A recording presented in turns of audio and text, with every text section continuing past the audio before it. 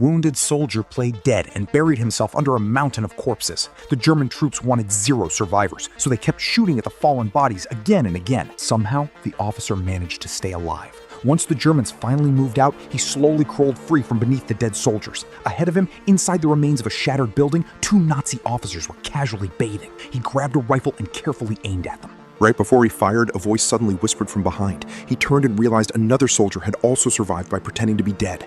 The soldier quietly warned him, "If you fire now, they'll know exactly where we are." The officer ignored the warning and pulled the trigger. Click. Empty. No ammo left. The other soldier leaned closer and whispered, "Take mine." He loaded his final 5 bullets into the rifle and handed it over. The officer aimed again but froze for a second. "Which one do I shoot first?" The soldier replied. "Wait for a loud blast. The explosion will hide the gunshots." Meanwhile, the Nazi officers kept relaxing in the water, with only their heads visible above the edge, making the shots much harder.